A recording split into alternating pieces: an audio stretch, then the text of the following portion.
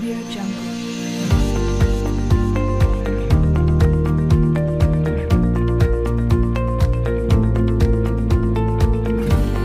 Audio Jungle. Umar bin Abdul Aziz atau biasa kita sebut Abu Hafs Umar bin Abdul Aziz bin Marwan bin Al-Hakam bin Abil As bin Umayyah bin Abdul Sam bin Abdul Manaf bin Qusay bin Kilab. Nasabnya Al-Quraisy Al-Madani. Beliau lahir di kota Halawan, Mesir pada 26 Safar 682 Masehi atau 26 November 63 Hijriah. Ayahnya bernama Abdul Aziz, yaitu seorang yang pernah menjabat pemimpin kota Mesir selama kurang lebih 20 tahun dan merupakan putra dari Khalifah Marwan bin Al-Hakam, sepupu Khalifah Utsman bin Affan. Ibunya adalah Laila, cucu dari Khulafaur Rasyidin kedua, yaitu Umar bin Khattab. Umar bin Abdul Aziz memiliki warna kulit coklat sawo matang, berparas lembut, berbadan kurus, berjenggot rapi, bermata cekung, dan di wajahnya ada bekas luka karena tertanduk kuda.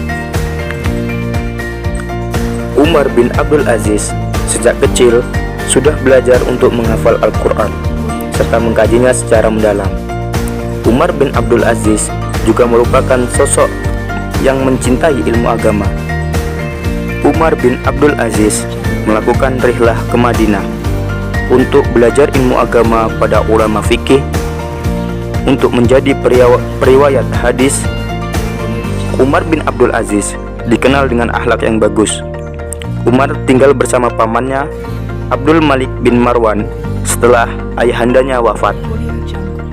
Umar menikah dengan putri pamannya yang bernama Fatimah binti Abdul Malik bin Marwan. Perjalanan Umar menjadi khalifah dinasti Umayyah. Pada tahun 706 Masehi, Umar menjadi gubernur Madinah selama 7 tahun.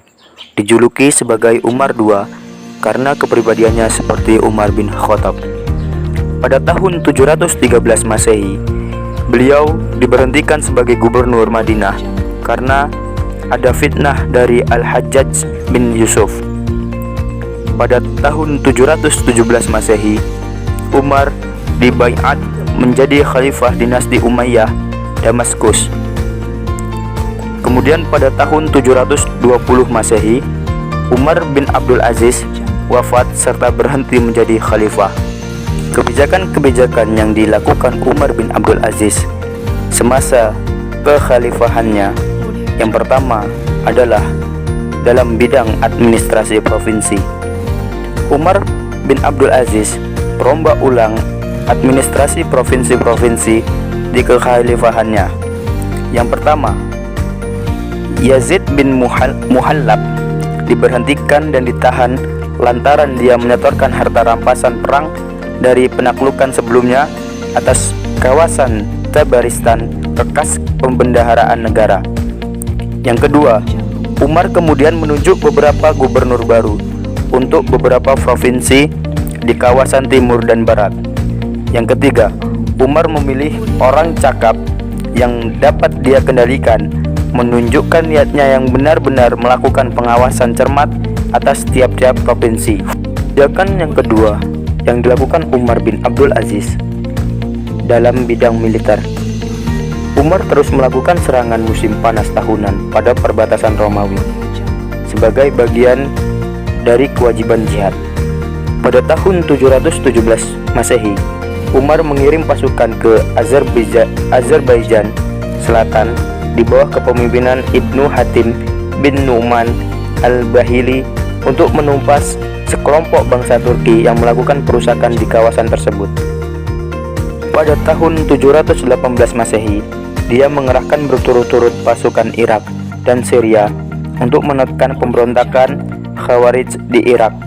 Di sepanjang perbatasan timur laut kekhalifahan di Transoxiana, Islam sudah memiliki kedudukan mapan di beberapa kota. Pasukan Muslim yang berpusat di Al-Andalus menaklukkan kota Narbonne di kawasan Franka Selatan. Pada kebijakan yang ketiga yang dilakukan Umar bin Abdul Aziz adalah pembaharuan, di mana di situ dilakukan untuk memperketat larangan minuman-minuman keras, melarang ketelanjangan publik, menghapus pemandian umum campur laki-laki dan perempuan, dan pemberian dispensasi zakat yang adil.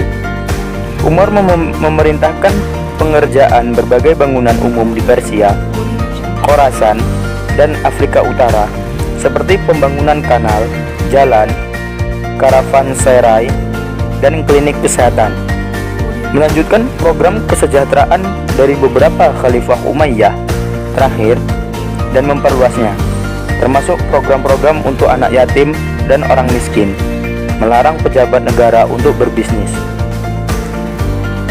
Kemudian Umar melakukan kebijakan bagi pekerja tanpa bayaran dianggap ilegal. Tanah penggembalaan dan cagar alam yang diperuntukkan bagi keluarga para pejabat tinggi dibagikan serta merata pada orang-orang miskin dan tujuan budidaya.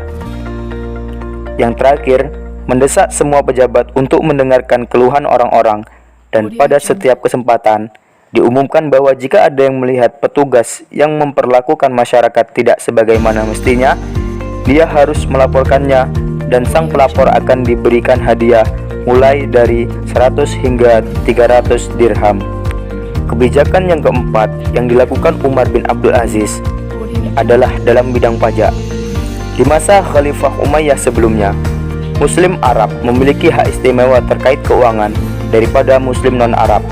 Mu'alaf dari kalangan non-Arab tetap diwajibkan membayar pajak jizyah seperti saat mereka belum masuk Islam. Umar menghapuskan kebijakan ini dan membebaskan semua muslim dari pembayaran jizyah tanpa memandang asal-usul mereka. Umar juga membuat penjagaan agar keuangan negara tidak runtuh saat terjadi gelombang mu'alaf yang berakibat menyusutnya penerimaan jizyah. Mu'alaf non-Arab tidak lagi membayar jizyah, tetapi tanah mereka menjadi tanah desa dan dikenakan kharaj atau cukai tanah.